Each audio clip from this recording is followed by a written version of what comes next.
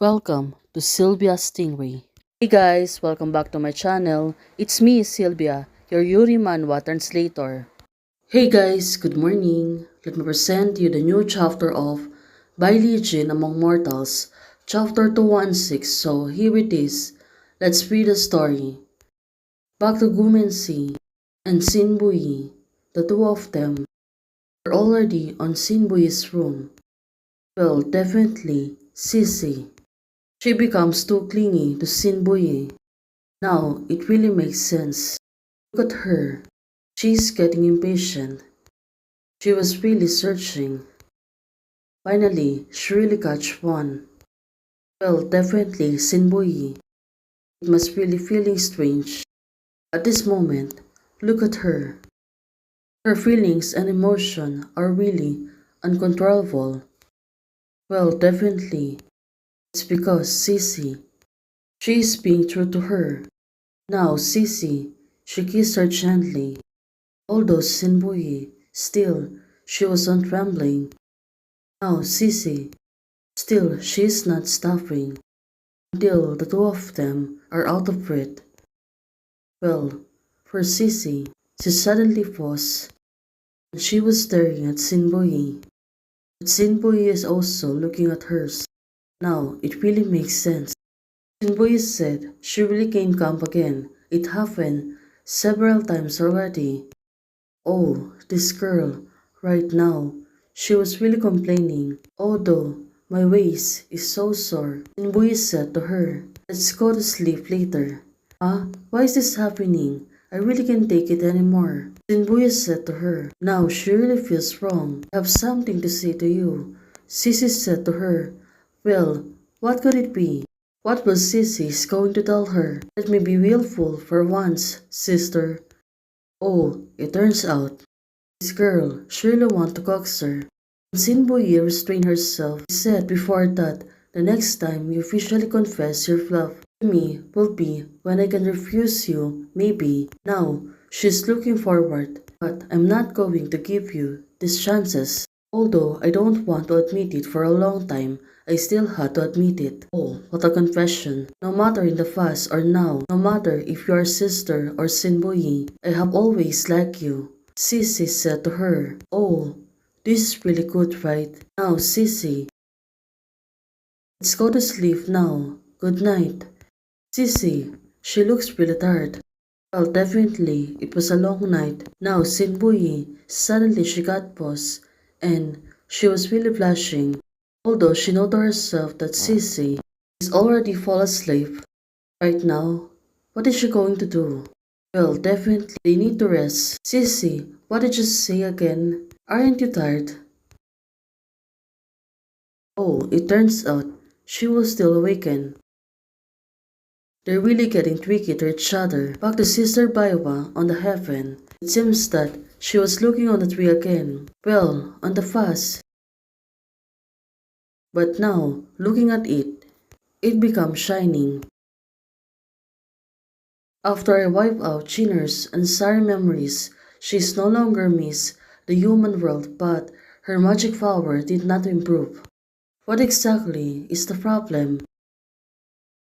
She's going to think and think. The lonely sacred tree. Look at them. It's getting out of the tree. Well, where did it go? Well, definitely, it was really amazing. Now, Sister Biowa, she kept looking on the sacred tree. Well, trying to figure out something on what things she got wrong. Now, it really makes sense. The tree's power, it's increasing. Also, it becomes shiny. Well, definitely something is wrong. Now she needs to figure it out. Well, look at that. It's something like a bracelet already made from the tree. Well, what is he going to do? What is the purpose of this bracelet? It seems that it's look really powerful. What exactly is the sacred tree trying to guide me to? So it turns out the tree gave her something like that. Be able to what? Seems that it's the same thing that Filichin is holding on. the hundreds of flowers. The big thing is going to happen. Oh, that kid. Well, what kind of flower is that? Stop making a noise and speak slowly.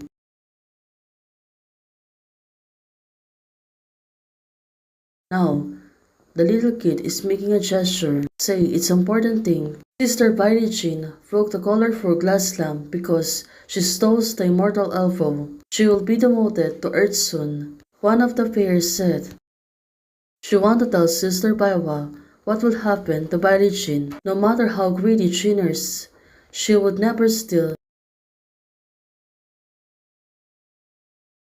If I had known earlier, shouldn't be. Now it really makes sense. Sister Baiwa, it turns out, she is the one. Now Val, you go to the human world and take this care of Chiners. So it turns out this bracelet is for Valley Jin. Now, Val was staring at it. Baiwa, Shangguan, what is this? Now, the little Naoval, she got really curious about that bracelet. Well, Sister Baiwa said to her that she don't know. Apparently, do not know. Don't you claim to know that everything in the world? Sister Baiwa said to Naoval.